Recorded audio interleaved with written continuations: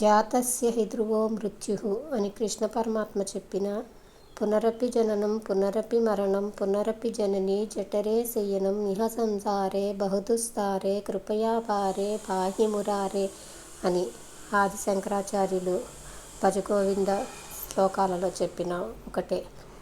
పుట్టినవాడు గిట్టక తప్పదు, గిట్టినవాడు పుట్టక తప్పదు, మోక్షం వచ్చే వరకు ఇదే.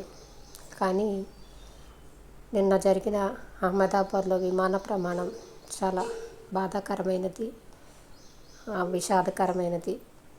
అందులో ప్రయాణికులు స్టాఫ్ చనిపోవడమే కాకుండా అది మెడికల్ స్టూడెంట్ వాళ్ళ హాస్టల్లోనూ మెస్లోనూ దూరి అక్కడ నుంచి 24 మంది మెడికోస్ కూడా మృత్యువాత పడ్డారు. ఈ మెడికోస్ అంటే ఇద్దరు మెడికోస్, మా పిల్లలిద్దరూ మెడికోస్. వాళ్ళ తల్లిగా నాకు వాళ్ళ కష్టం తెలుసు. ఇంటర్మీడియట్లో 2 ఏళ్ళు, ఇంకా తీసుకుంటే ఒక లాంగ్ టర్మ్ 1 ఇయర్ 2 ఇయర్స్.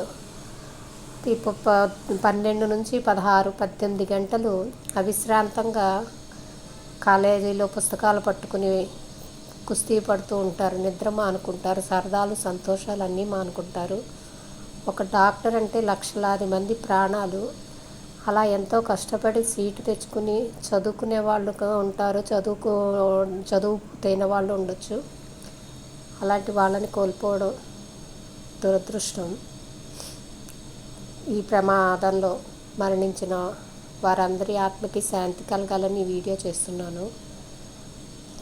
మనస్ఫూర్తిగా భగవంతుని ఈ ప్రమాదంలో ప్రాణాలు కోల్పోయిన వారికి ఆత్మశాంతి కలగాలి. అలాగే వారి కుటుంబాలకి నా ప్రగాఢ సానుభూతి.